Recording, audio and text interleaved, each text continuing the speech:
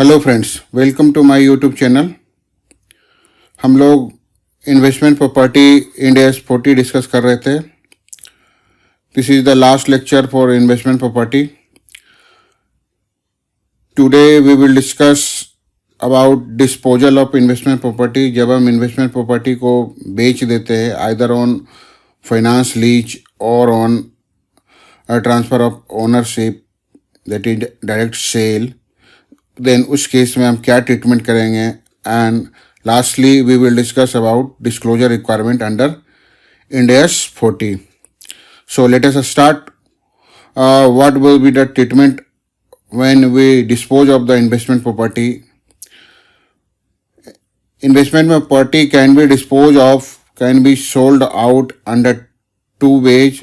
First of all, we can direct transfer the ownership, directly transfer कर दिया हमने ownership को, और दूसरा हम bye way of transferring under finance lease पे दे दिया हो। यहाँ ध्यान रखिए, हमने फाइनेंस लीज पे दिया, ओनरशिप जो ट्रांसफ़र होती है फाइनेंस लीज पे ट्रांसफ़र हो जाती है, जैसा कि हम लोग डिस्कस करेंगे आगे। इंडिया 116 में ऑपरेटिंग लीज में कोई ओनरशिप ट्रांसफ़र नहीं होती, फाइनेंस लीज में ओनरशिप ट्रांसफ़र होती है। तो इन्वेस्टमेंट प्रॉपर्टी को हम डिस्पोज कर सकते हैं दो तरीके से, सेल कर सकते हैं दो तरीके से। या तो हम डायरेक्ट ओनरशिप ट्रांसफ़र कर दें, that is legal title transfer कर दें, जैसे नॉर्मल सेल होता है, किसी को बेच दे वो। या दूसरा तरीका ये हो सकता है कि फाइनेंस लीज पे दे दे। अगर हमने फाइनेंस लीज पे दिया है तो उसका क्या ट्रीटमेंट करेंगे, इसके बारे में भी आगे चर्चा करेंगे। First of all we will consider the case of direct sale. Direct sale करने का दो तरीका हो सकता है, या तो हमें जो सेल कंसिडरेशन है वो लमसम अमाउंट मिला हो, या हमने इंस्टॉलमेंट में सेल किया। जो सेल कंसिडरेशन है वो हमें इंस्टॉलमेंट में मिलता है।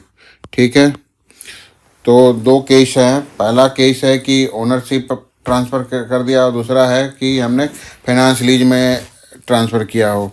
पहले केस में ओनरशिप जब ट्रांसफ़र करते हैं, डायरेक्ट सेल करते हैं, तो दो केस हो सकता है, या तो लमसम कंसिडरेशन लेकर ट्रांसफ़र किया हो, या उसे इंस्टॉलमेंट में सेल किया हो। ठीक है, इंस्टॉलमेंट मतलब ईएमआई में सेल किया हो, bye way of credit. Cash में पैसा कहने का मतलब नहीं आया हो, वो आगे फर्दर फ्यूचर में आएगा। जैसे मान लें हम लोग उसे ईएमआई बना दिया उसकी, तो उस केस में हम क्या करेंगे।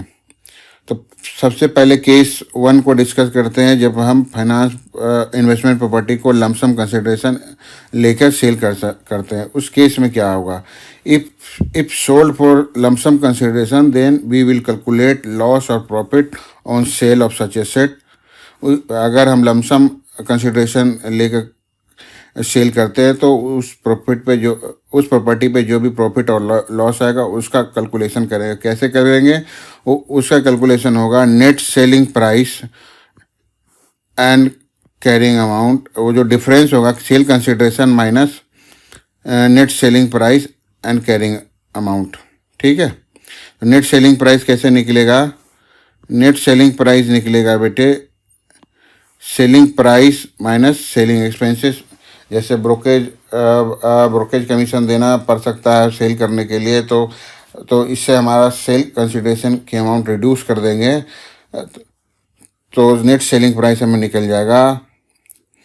तो अगर हम किसी प्रॉपर्टी को लमसम कंसिडरेशन लेके सोल्ड आउट करते हैं तो उस पर प्रॉफिट एंड लॉस का कैलकुलेशन करेंगे। कैलकुलेशन होगा bye way of difference in the net selling price and carrying amount. जो नेट सेलिंग प्राइस और कैरिंग अमाउंट का डिफरेंस होगा वही प्रॉफिट या लॉस होगा।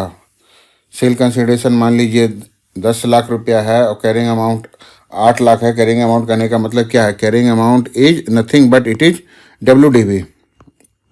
कैरिंग अमाउंट WDV हो गया। ये मान लीजिए कि 10 लाख है और ये मान लीजिए 8 लाख है, तो कितना होगा, 2 लाख का प्रॉफिट हो गया। तो 2 लाख का profit by way of creating profit and loss account we will transfer it to profit and loss account. ठीक है, तो जब हम सेल करेंगे तो क्या एंट्री पास होगी बेटे, बैंक अकाउंट को डेबिट करेंगे, नेट सेल प्राइस से डेबिट करेंगे। नेट सेल प्राइस कैसे निकल के आएगी, selling price less selling expenses. To investment property को कैरी करेंगे, बुक से डी रिकॉग्नाइज करेंगे। किस वैल्यू पे? जो कैरिंग अमाउंट आ रहा हो, जो WDB आ रहा होगा, उस वैल्यू पर रिकॉग्नाइज करेंगे। ऐसे सेल पे अगर प्रॉफिट है तो प्रॉफिट एंड लॉस अकाउंट को क्रेडिट करेंगे, और लॉस है तो लॉस को लॉस को डेबिट करेंगे, प्रॉफिट को क्रेडिट करेंगे। ठीक है। Being investment property on sold, तो क्या एंट्री पास किया हमने? Bank debit, PLN debit to investment property अगर लॉस का केस है तो, PNL क्रेडिट अगर प्रॉफिट का केस है तो। ठीक है। अगर अब हम इसे एग्जाम्पल से आपको समझाते हैं। मान लीजिए कैरिंग अमाउंट जो WDB था वो 10 लाख रुपया है, और सेल कंसिडरेशन 15 लाख रुपया है। इस केस में 5 लाख रुपये का हमें प्रॉफिट दिख रहा है, और वो 5 लाख रुपये में हमें 1% का ब्रोकेज भी देना पड़ रहा है। 1% का ब्रोकेज देने के बाद नेट सेल कंसिडरेशन जो निकल के आएगा वो 14,85,000 रुपये आएगा।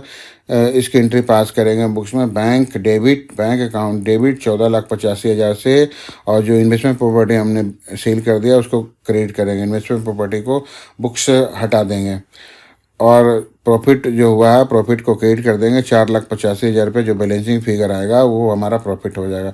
बीइंग इन्वेस्टमेंट प्रॉपर्टी सोल्ड कर दिया। Bank account debit, investment property account credit, और profit and loss account credit. ठीक है। फिर इस प्रॉफिट एंड लॉस जो भी इस पे प्रॉफिट हुआ है उसको हम PNL में ट्रांसफ़र कर देंगे। Profit on sale account debit to PNL account. ये एंट्री हम डायरेक्ट भी कर सकते थे। बीइंग प्रॉफिट ऑर्गेनाइज, 4,85,000 रुपये के प्रॉफिट को हम PNL अकाउंट में ट्रांसफ़र कर दिया। इस एंट्री को हम 2 एंट्री की जगह 1 एंट्री में मर्ज कर सकते थे। डायरेक्टली हम PNL को क्रेडिट कर सकते थे। ठीक है। यहाँ आपकी सिंप्लिसिटी के लिए हमने इसे फर्दर बाइफरकेट कर दिया। दूसरा केस है case 2। If selling price is collected in instalment, अगर इंस्टॉलमेंट में सेलिंग प्राइस मिलता है, पूरा पैसा अभी नहीं मिलता है, पर ये पैसा हमें EMI में मिलता है या किस्त में मिलता है, तो देन उस केस में हम एंट्री क्या करेंगे? उस केस में हम प्रॉफिट एंड लॉस कैसे निकालेंगे प्रॉपर्टी पे, और उसके बुक्स में कैसे एंट्री करेंगे? तो उस केस में सबसे पहले कैलकुलेट करेंगे क्या कैलकुलेट करेंगे? प्रेजेंट वैल्यू कैलकुलेट करेंगे ऑफ ऑल कैश इनफ्लो। जो भी पैसा हमें फ्यूचर में मिलेगा उसकी आज के डेट पे क्या वैल्यू है, ऐसे प्रॉपर्टी को बेचने से उसका हम आज के डेट पे प्रेजेंट वैल्यू निकालेंगे। तो क्या करेंगे? स्टेप वन में calculate present value of all cash inflow which are expected from sale of investment property. और स्टेप 2 में क्या करेंगे? प्रॉफिट और लॉस का वैल्यू निकालेगा। प्रॉफिट और लॉस का वैल्यू कैसे निकलेगा? Profit present value of all inflow जो कि स्टेप 1 में आया है, minus carrying amount that is WDB। जो स्टेप 1 में हमने प्रेजेंट वैल्यू निकाला उसमें से कैरिंग अमाउंट को लेस कर देंगे, WDB को लेस कर देंगे, तो हमें प्रॉफिट और लॉस का वैल्यू मालूम हो जाएगा। और स्टेप 3 में क्या करेंगे? इंटरेस्ट इनकम को, जो भी हमें इंटरेस्ट इनकम प्राप्त होगी, जैसे मान लीजिए हमने 10 लाख की प्रॉपर्टी को 15 लाख में बेचा, तो 5 लाख का जो क्या है डिफरेंस है, 5 लाख का डिफरेंस ये इंटरेस्ट का अमाउंट है, हमें इंटरेस्ट इनकम है, फ्यूचर में हमें मिलेगा, तो इसकी एंट्री हम भी पास करेंगे, कैलकुलेट करेंगे interest income on receivable and transfer to profit and loss account. इसे प्रॉफिट एंड लॉस अकाउंट में टाइमली जैसे जैसे वो ड्यू हो जाएगा, जैसे जैसे रिसीव हो जाएगा, वैसे वैसे हम ट्रांसफ़र कर देंगे ऑन एक्रूअल बेसिस। ठीक है। एग्जाम्पल की मदद से आपको समझाने की कोशिश करते हैं। मान लीजिए वो कैरिंग अमाउंट 15 लाख रुपया और सेल कंसिडरेशन जो है 5 लाख रुपया भी मिल जाता है डाउन पेमेंट। 1 साल बाद हमें 15 लाख मिलता है, दूसरे साल बाद हमें 5 लाख मिलता है। तो टोटल हमें कितना मिला? क्या 15 5 20 5 25 लाख रुपया टोटल मिला। 25 लाख का जो, इस 25 लाख का प्रेजेंट वैल्यू क्या होगा? अगर मार्केट रेट ऑफ इंटरेस्ट 10% का है तो इसका PV फैक्टर 10% के दर से 50 लाख रुपया जो अभी मिला है, 50 लाख रुपया जो अभी मिला है, 50 लाख नहीं 5 लाख रुपया जो अभी मिला है, उसका PV फैक्टर आज के डेट पे 10% की दर से एक ही आएगा। 5 लाख रुपया जो तुरंत मिल गया, इमीडिएट डाउन पेमेंट जो मिला है, उसका पीवी फैक्टर 1 ही होगा।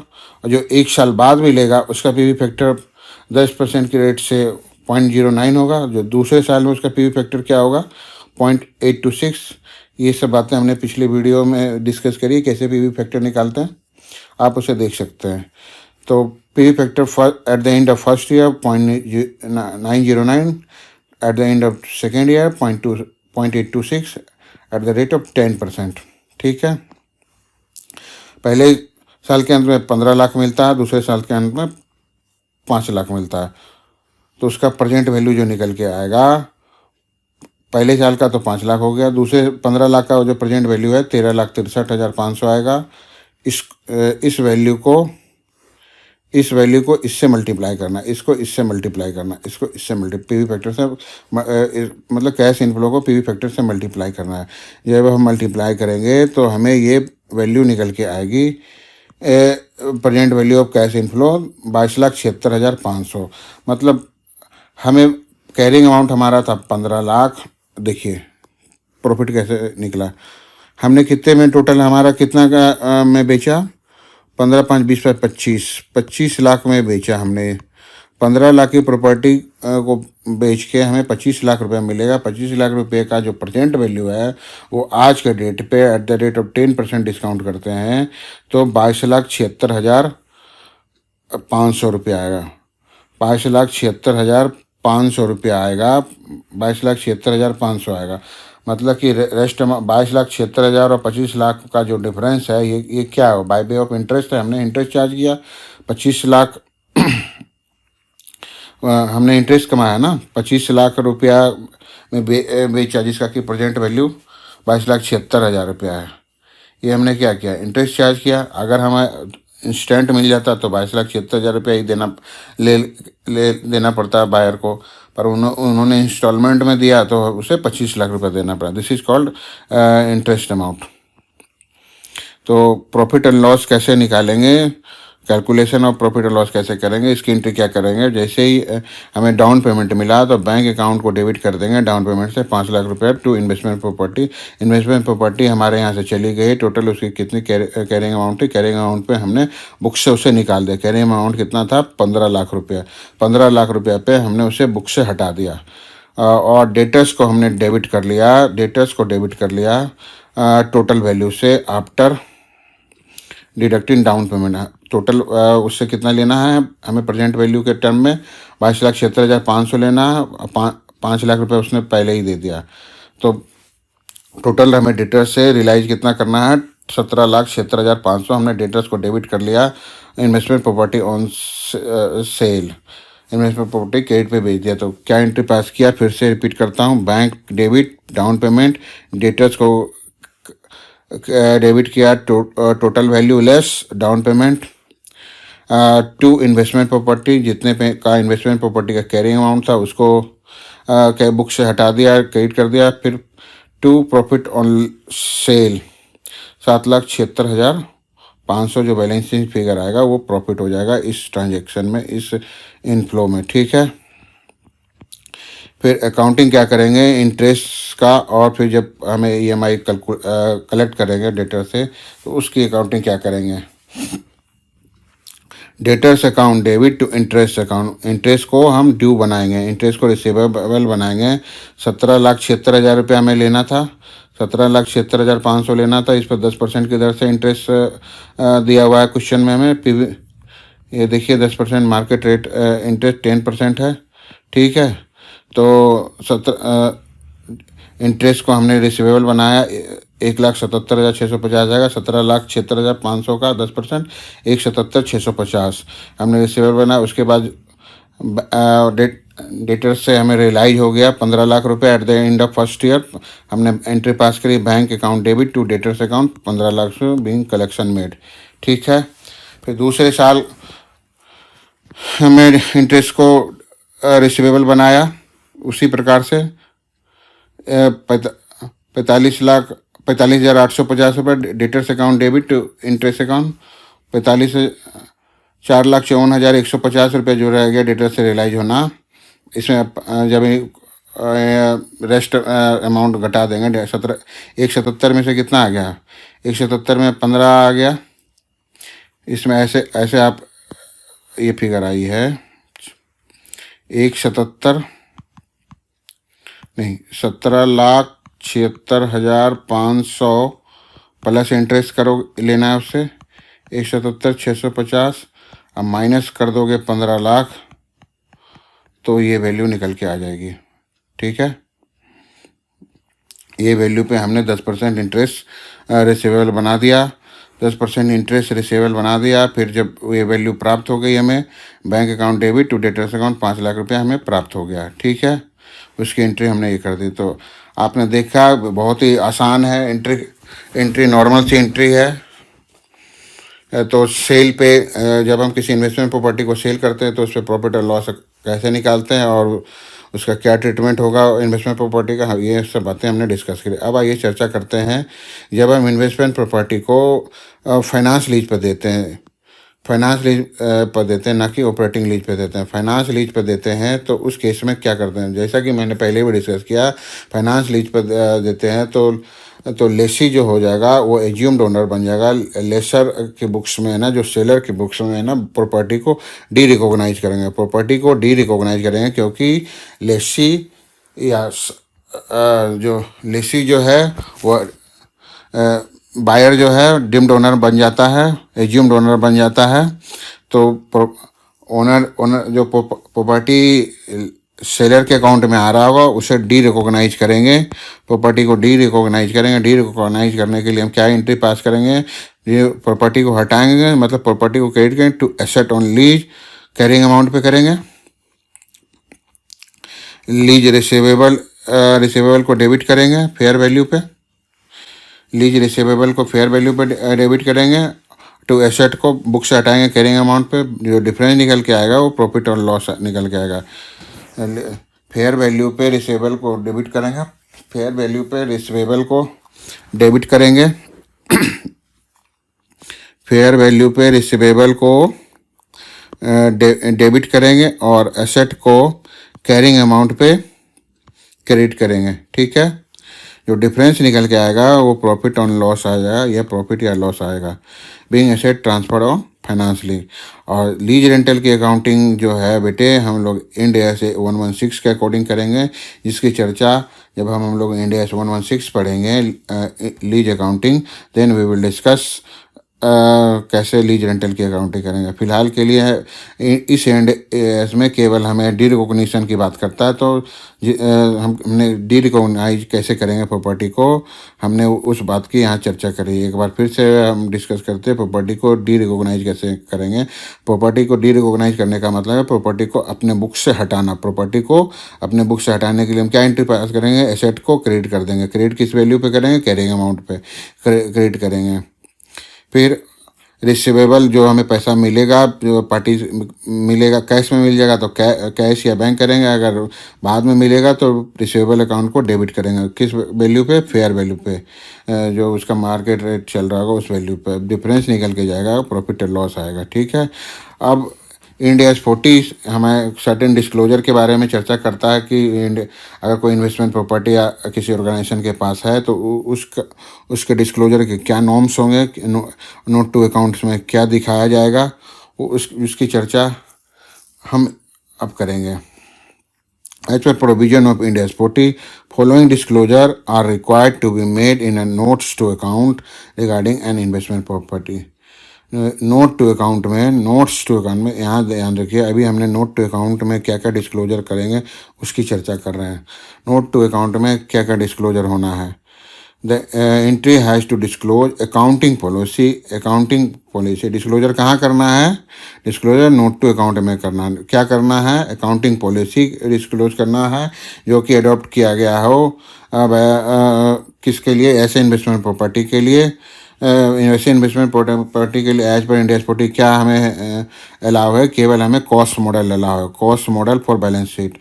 बैलेंस शीट में दिखाने के लिए इन्वेस्टमेंट प्रॉपर्टी की वैल्यू जो कैलकुलेट करेंगे वो कॉस्ट मॉडल में कैलकुलेट करेंगे। कॉस्ट मॉडल में अगर कोई इम्पेयरमेंट लॉस है तो उसे कंसिडर करेंगे, अगर इम्पेयरमेंट गेन है तो उसे इग्नोर करेंगे।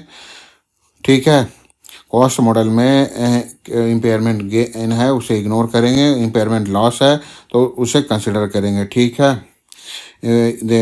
तो the entity has to disclose accounting policy which has been adopted while preparing the balance sheet and notes. Cost model revaluation model हमारा इंड AS 40 अलाउ नहीं करता है, only cost model is permitted under Ind AS 40। So we will value the property under cost model for balance sheet. और जो market value आएगा, fair value आएगा, उसको हम नोट्स टू अकाउंट में दिखाएंगे, उसे हम नोट्स टू अकाउंट में दिखाएंगे। ये वैल्यू जो बैलेंस शीट की वैल्यू है, जो बैलेंस शीट की वैल्यू कैरिंग अमाउंट है, उससे ज़्यादा भी हो सकती है और कम भी हो सकती है, ठीक है। उससे ज़्यादा भी हो सकती है फेयर वैल्यू और उससे कम भी हो सकती है। जो भी ज़्यादा कम है उसे हम नोट्स टू अकाउंट में फेयर वैल्यू को दिखा सकते हैं, फेयर वैल्यू को दिखाएंगे और इसका इंडिपेंडेंट वैल्यूअर से वैल्यू भी कराएंगे, ठीक है। इंडिपेंडेंट वैल्यूअर से वैल्यू कराने के बाद ही हम इसे नोट टू अकाउंट में दिखाएंगे। जो भी डिप्रिसिएशन का मेथड हमने फॉलो किया हो, SLM मेथड या WDV मेथड, कौन सा डिप्रिसिएशन का मेथड हमने फॉलो किया, इस बात को भी हम दिखाएंगे। The method of depreciation should also भी रिपोर्टेड, कौन सा मेथड ऑफ डिप्रिसिएशन, ये भी हम रिपोर्ट करेंगे नोट टू अकाउंट में। Then entity should also disclose the amount of expenditure that has been incurred on replacement. अगर कोई कैपिटल एक्सपेंडिचर किया है या रिवेन्यू एक्सपेंडिचर किया है ड्यूरिंग द ईयर, तो उससे भी हम डिस्क्लोज करेंगे नोट टू अकाउंट में। Then entity should disclose amount of expenditure that has been incurred on replacement या रिपेयर ड्यूरिंग द ईयर, ठीक है। द एंटिटी शुड डिस्क्लोज, क्या डिस्क्लोज करना है, rental income and operating expenses related with investment property. अगर हमने investment property को lease पर दे रखा है, अगर ऐसे इन्वेस्टमेंट प्रॉपर्टी को लीज पर दे रखा है, तो उससे कितना हमें रेंटल इनकम आया है और उसका कितना ऑपरेटिंग एक्सपेंसेस है, रेंटल इनकम से रिलेटेड कितना ऑपरेटिंग एक्सपेंसेस। रेंटल इनकम पे कुछ खर्च भी तो, रेंट अगर आ रहा है तो उस पर कुछ खर्च भी तो करना पड़ रहा होगा, जैसे repair and maintenance, white wash, flooring, tile, ये सब चेंज कराया होगा। जो ऑपरेटिंग एक्सपेंसेस है, डे टू डे एक्सपेंसेस, जो भी कितना आ रहा है उसको भी डिस्क्लोज करेगा। उस पर जो नेट इनकम आएगा वो हम वो ऐसे दिखाएंगे। उसकी डिस्क्लोजर इस प्रकार होगी। नेट इनकम या लॉस जो भी निकल के आएगा वो कैसे निकालेंगे सर, वो इस प्रकार निकालेंगे। जो रेंटल इनकम आ रहा है उसमें से डिप्रिसिएशन और ऑपरेटिंग एक्सपेंसेस को जब हम घटा देंगे, डिप्रिसिएशन और ऑपरेटिंग एक्सपेंसेस को घटा देंगे तो हमें रेंटल इनकम प्राप्त होगा। ऑपरेटिंग एक्सपेंसेस का मतलब है day to day service expenses, day to day maintenance expenses. The entity should disclose rental income and operating expenses related with investment property, ठीक है। इन्वेस्टमेंट प्रॉपर्टी से जो रेंटल इनकम आ रही है और उसका जो एक्सपेंस आ रहा है वो भी डिस्क्लोज करेंगे by way of calculating net income या लॉस, ठीक है। अब if any disposal has been made during the year, अगर किसी प्रॉपर्टी को हमने डिस्पोज कर दिया है इस साल में, disposal made during the year, then profit and loss on the disposal should be reported.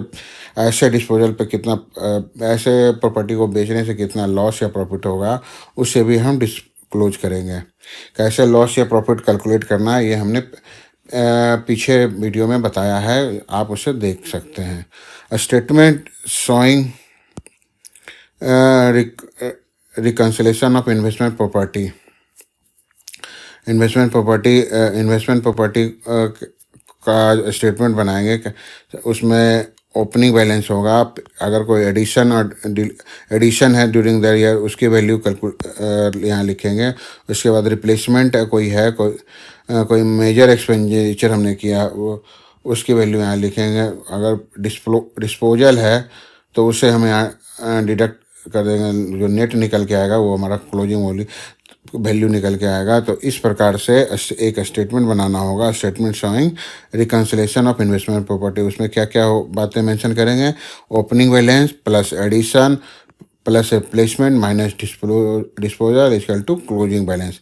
इस बात को इस तरह से स्टेटमेंट बनाना होगा। दूसरा स्टेटमेंट बनाएंगे डिप्रिसिएशन का, एक्यूमुलेटेड डिप्रिसिएशन का। उसका कैसे बनेगा, पहले ओपनिंग बैलेंस लिखेंगे, उसके बाद अप्रिसिएशन की वैल्यू जो करंट ईयर का होगा वो लिखेंगे। फिर डिस्पोजल कर दिया जो ड्यूरिंग द ईयर, उसको रिवर्स करेंगे, लेस करेंगे। लेस जो बैलेंस जो आ जाएगा वो क्लोजिंग बैलेंस आ जाएगा, डिप्रिसिएशन की वैल्यू आ जाएगी। ठीक है, तो इस तरह से हमने चर्चा कर ली कि क्या क्या डिस्क्लोजर नॉर्म्स हैं। इन्वेस्टमेंट प्रॉपर्टी इंडिया 40 क्या क्या डिस्क्लोजर नॉर्म करते हैं। सबसे पहला नॉर्म्स था अकाउंटिंग पॉलिसी डिस्क्लोज करना है।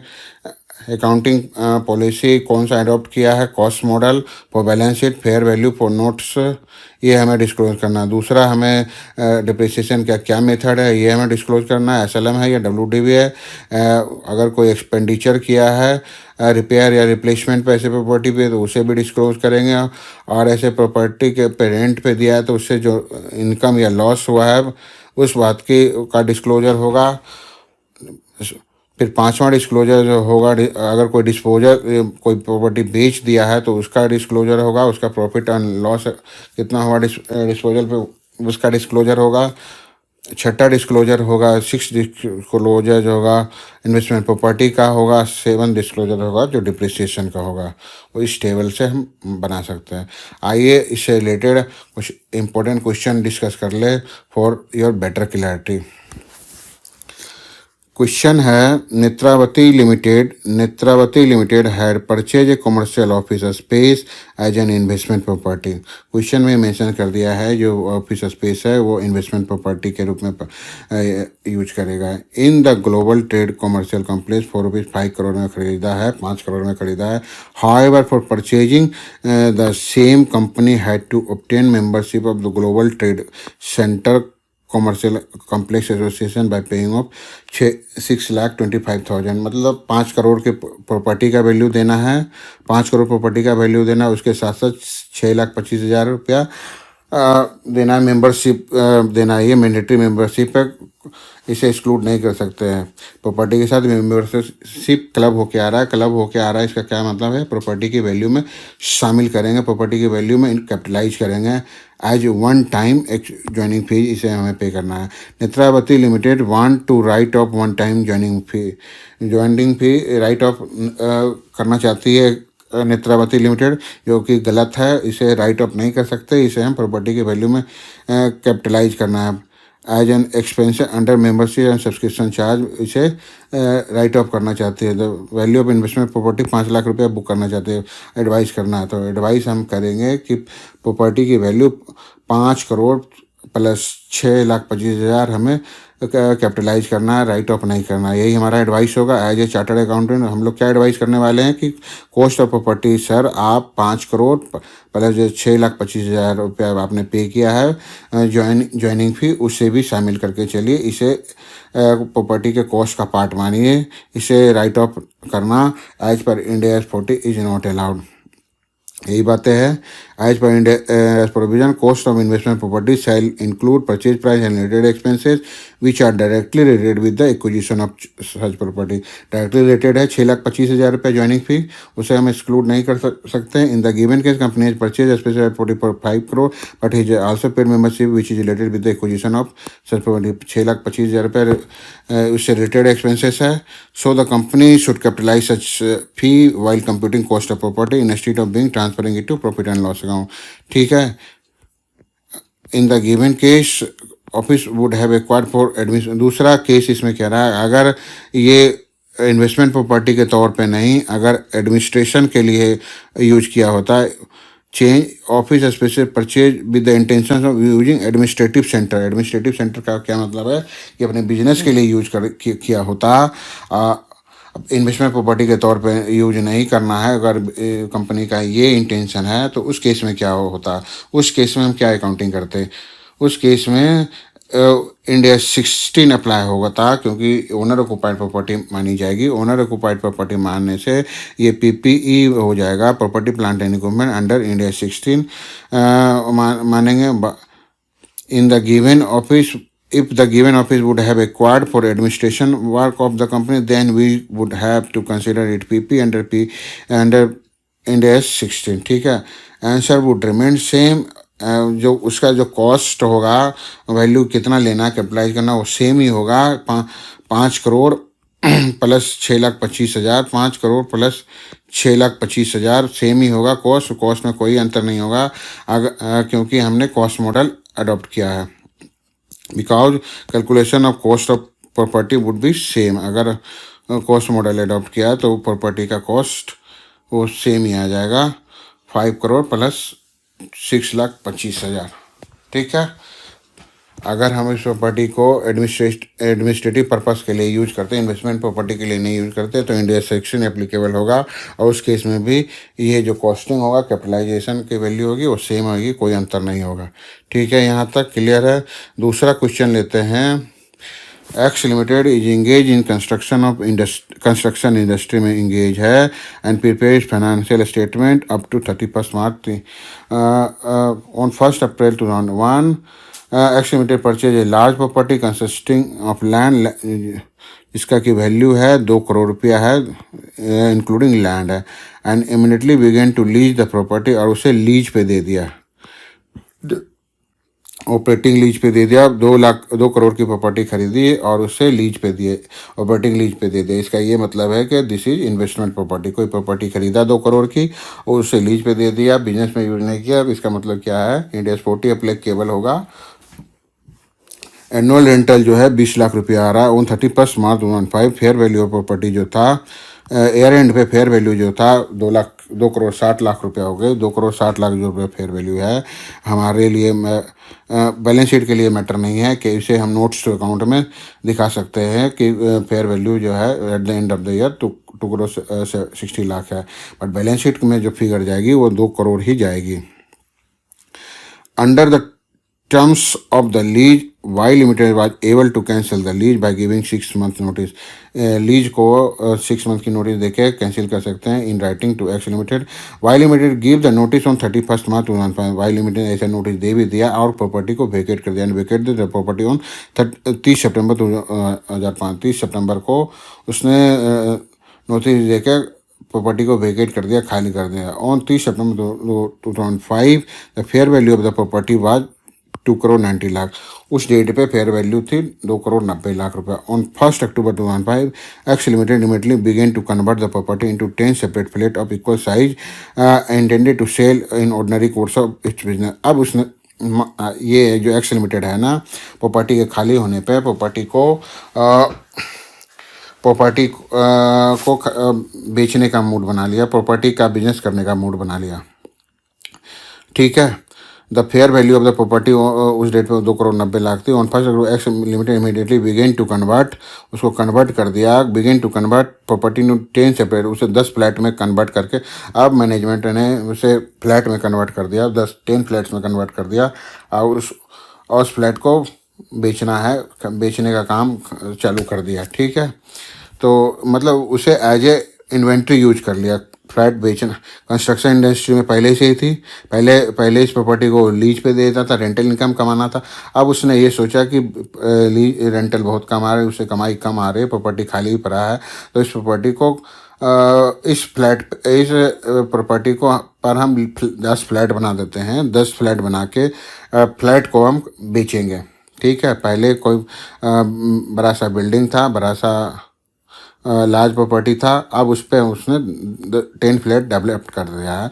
अब उसमें फ्लैट को बेचेंगे, खरीदेंगे बेचेंगे। ठीक है। इन्होंने अब अपना बिजनेस प्लान चेंज कर दिया। Intended to sell in the ordinary course of business. Ordinary course of business कहने का मतलब है अब ये उसका ऑर्डिनरी कोर्स ऑफ बिजनेस हो गया। पहले भी ये कंस्ट्रक्शन इंडस्ट्री में ही थी, अब इसे फ्लैट खरीदेगी बेचेगी, फ्लैट खरीदेगी बेचेगी। इसका मतलब इंडियास 2 अप्लाई हो जाएगा। पहले इस पर इंडियास 40 अप्लाई होता क्योंकि रेंटल इनकम कमाना था। अब इसे फ्लैट खरीदना या बेचने का बिजनेस हो गया, तो ये इंडियास 2 अप्लाई होगा क्योंकि ये इसे एज ए इन्वेंट्री यूज कर रहा है। ठीक है। उस जिसपे कि उसने 60 लाख रुपया स्पेंड किया ऑन दिस कन्वर्जन प्रोजेक्ट पे 60 लाख रुपया किया और फ्यूचर में उसे द प्रोजेक्ट वाज इनकम्प्लीट। 2006 के अंत तक प्रोजेक्ट इनकम्प्लीट है। डायरेक्टर एक्स लिमिटेड एस्टिमेट करता है कि 40 लाख रुपया और स्पेंड करना पड़ेगा to complete the project, after which each property would be sold on 50 lakh यहाँ लिखा है दोस्तों, पर ये 5 करोड़ होना चाहिए, ठीक है। तो ये 5 करोड़ मानिए आप। तो after which each flat could be sold for rupees 5 crore. प्रत्येक फ्लैट को, नहीं ये ठीक है, 50 लाख ही है क्योंकि 10 है ना, 10 सेपरेट फ्लैट। तो 50 lakh into 10 equal to 5 crore हो जाएगा, ठीक है। तो हम क्या डिस्कस कर रहे थे, 40 लाख रुपए की और खर्च करने की उम्मीद है कंप्लीट प्रोजेक्ट को कंप्लीट करने के। उसके बाद प्रत्येक फ्लैट को 50 लाख रुपए ईच में बेच सकते हैं, ठीक है। पहले इस क्वेश्चन की क्रक्स क्या है, पहले कोई प्रॉपर्टी था, पहले मान लीजिए कोई बड़ा सा बिल्डिंग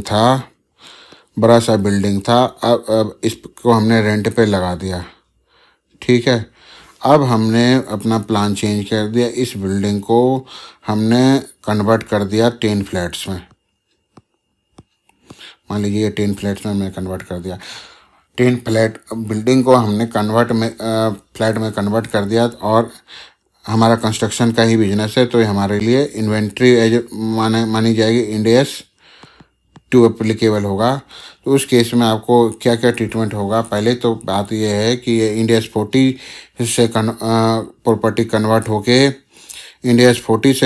कन्वर्ट होके इंडेस 2 अप्लाई होगा, ठीक है। प्रॉपर्टी का कन्वर्जन होगा, पहले इंडेस 40 अप्लाई होगा, फिर इंडेस 2 अप्लाई होगा, और इंडेस 2 के अकॉर्डिंग वैल्यूशन होगा। कैसे वैल्यूशन होगा, क्या एप्लीकेशन होगा, उसका ट्रीटमेंट क्या होगा, आइए डिस्कस करते हैं। फॉर 1/4/2005 से 30/9/2005 तक इन्वेस्टमेंट प्रॉपर्टी का क्या ट्रीटमेंट होगा। फॉर फर्स्ट 6 मंथ के लिए we will classify the property as an investment property, क्योंकि इस पर हमको रेंटल इनकम आ रहा था, 20 लाख रुपये सालाना का इनकम आ रहा था, 6 महीने तक आया, 10 लाख रुपये का रेंटल इनकम बुक करेंगे।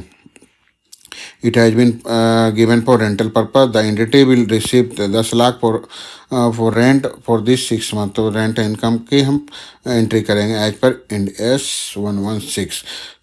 और फिर इसके बाद क्या होगा, 30/9 के बाद क्या होगा। अब आ गया हमारा 1 अक्टूबर 2005। 1 अक्टूबर 2005 को हमने प्रॉपर्टी को ट्रांसफ़र कर दिया,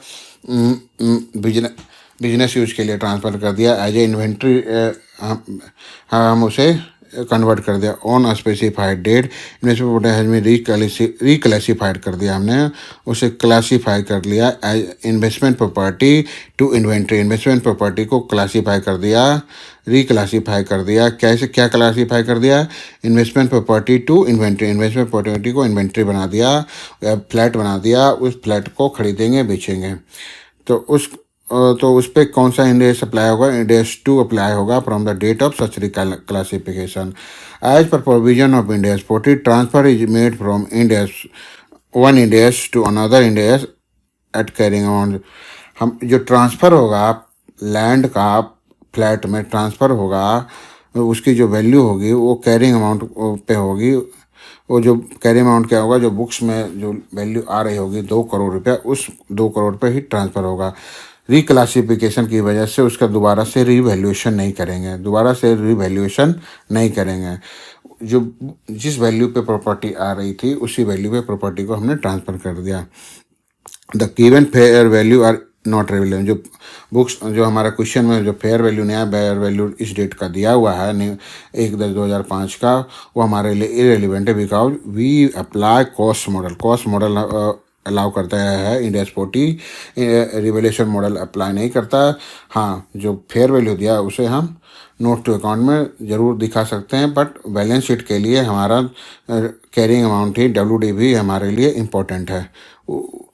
फेयर वैल्यू रिलेवेंट नहीं है। So carry amount will be transfer will be consider at the time of transfer which is 2 crore, जो कि प्रॉपर्टी का कॉस्ट है। It will be consider as cost of inventory under Ind AS 2, और इसे ही investment property, इस प्रॉपर्टी को उसका कॉस्टिंग मान लिया जाएगा, अब इन्वेंट्री का कॉस्ट मान लिया जाएगा।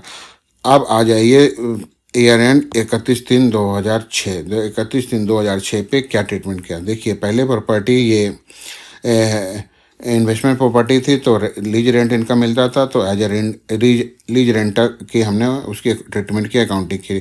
फिर प्रॉपर्टी को हमने कन्वर्ट कर दिया, रिक्लासीफाई कर दिया इन्वेस्टमेंट प्रॉपर्टी को इन्वेंट्री में। तो रिक्लासिफिकेशन की वजह से वैल्यू चेंज नहीं हुई, वैल्यू वही निकल के आए। मार्केट वैल्यू हमारे लिए फेयर वैल्यू दे रखा है क्वेश्चन में, वो हमारे लिए इरेलीवेंट है।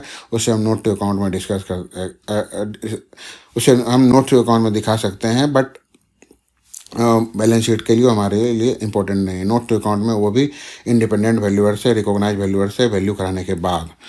अब जब हम प्रॉपर्टी को रिक्लासीफाई कर दिए, आफ्टर रिक्लासिफिकेशन जो बैलेंस शीट बनेगा एक ईयर एंड पे 31/3/2006 को, तो उसका किस वैल्यू पे दिखाएंगे, वो होगा कॉस्ट और NRB which ever is lower, जो एज पर इंड AS 2 जो हमें कॉस्टिंग लेना होता है, जो क्लासिफिकेशन लेना होता है, जो वैल्यू लेना होता है, या तो कॉस्ट प्राइस लेंगे या नेट रियलाइजेबल वैल्यू जो मार्केट में बेच के उससे जो मिल सकता है, उन दोनों में से जो भी कम है वो हम इन्वेंट्री की वैल्यू करते हैं। ये हम डिस्कस करेंगे इंड AS 2 में। फिलहाल के लिए आप इतना समझिए।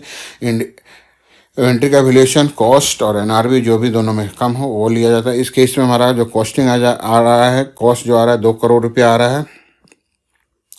Carrying amount of land 2 crore है, उसमें कन्वर्जन कॉस्ट 60 लाख रुपया का हमने कर दिया है। तो टोटल कॉस्ट हमारा कितना आ गया, 2,60,000 रुपया। एनआरबी जो है सेलिंग प्राइस है हमारा कितना है था, 50 लाख रुपया पर प्लेट। 10 प्लेट को बेच के हम कितना कमाएंगे, 5 करोड़ कमाएंगे।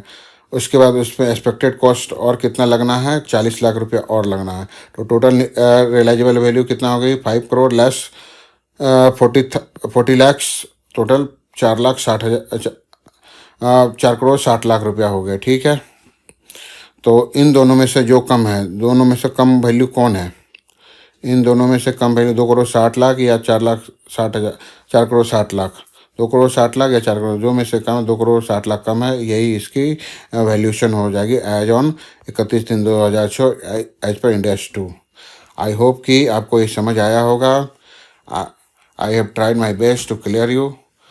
ठीक है, उम्मीद है आपको ये वीडियो पसंद आया। अगर दोस्तों हमारी ये वीडियो आपको पसंद आती है तो हमारे चैनल को लाइक कीजिए, शेयर कीजिए उन दोस्तों के साथ जिन्हें कि इंड AS की वीडियो की ज़रूरत है, जिन्हें कि इंड AS सीखना है, या तो एग्ज़ाम पर्पज़ के लिए या अपने वर्किंग लाइफ के लिए।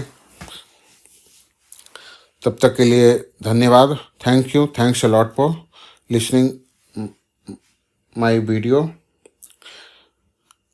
फिर